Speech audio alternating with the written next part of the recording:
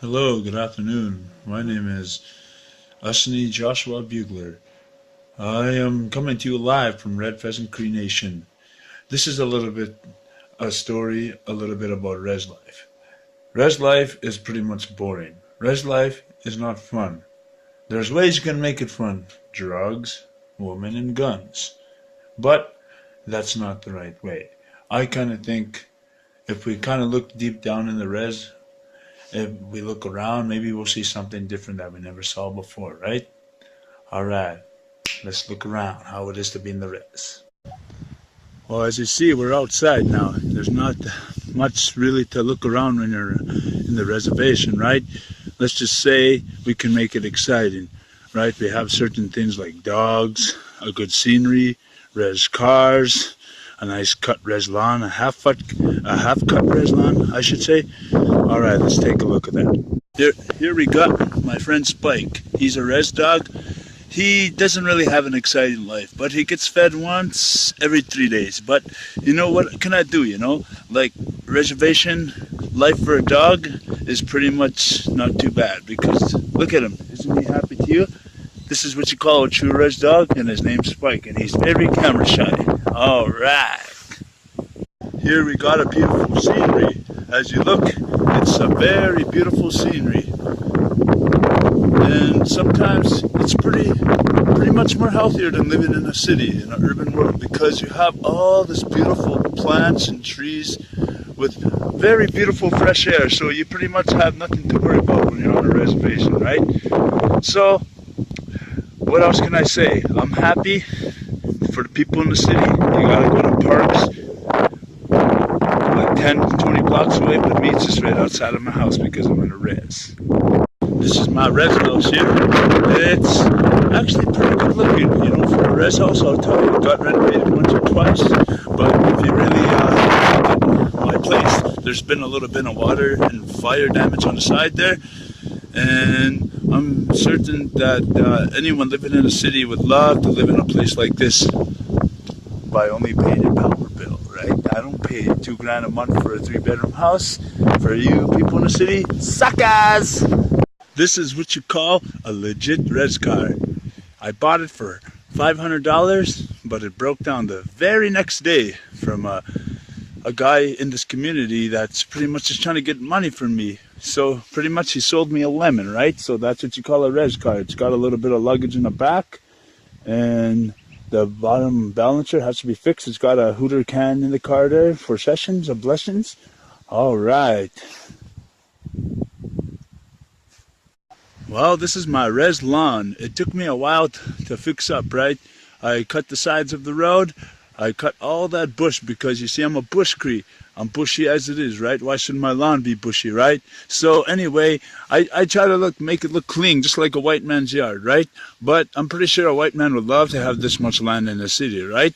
So, yeah, I'm pretty sure that a lot of natives are happier to live in a res because when you go to the city and you rent a little basement suite for $1,200, $700, and you go outside, you can't even touch the yard because that's your landlord's yard, right?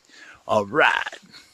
You see, in the city, usually people live right next to their neighbors, right? But you see in the res, you can see how far our neighbors are, right?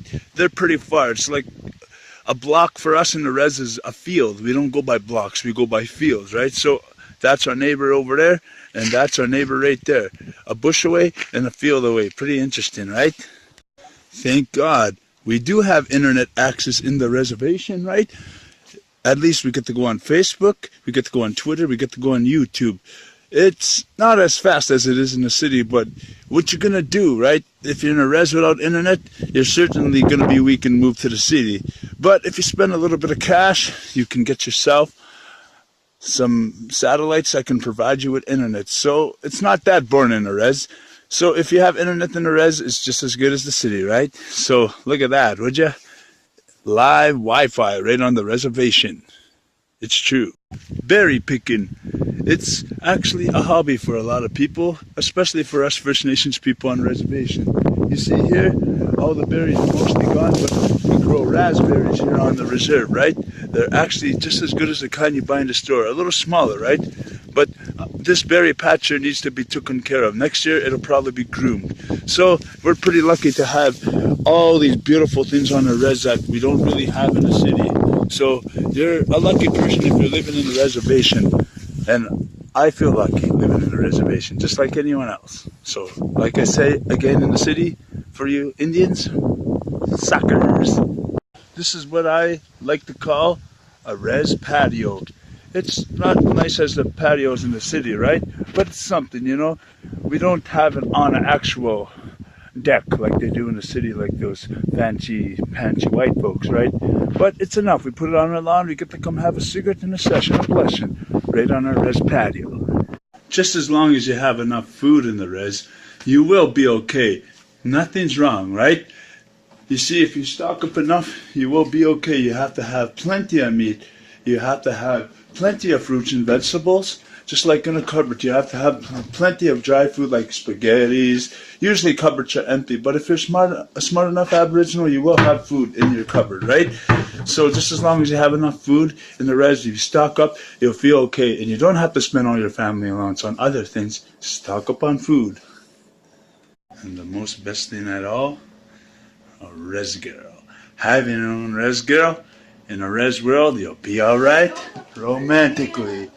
They're usually a little cocky, but we get around. They're a little shy.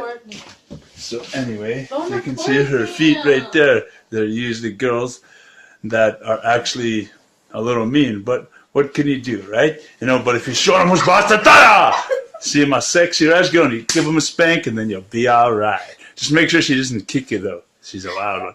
And for all you folks out there, thank you for watching Res Life. Hoka.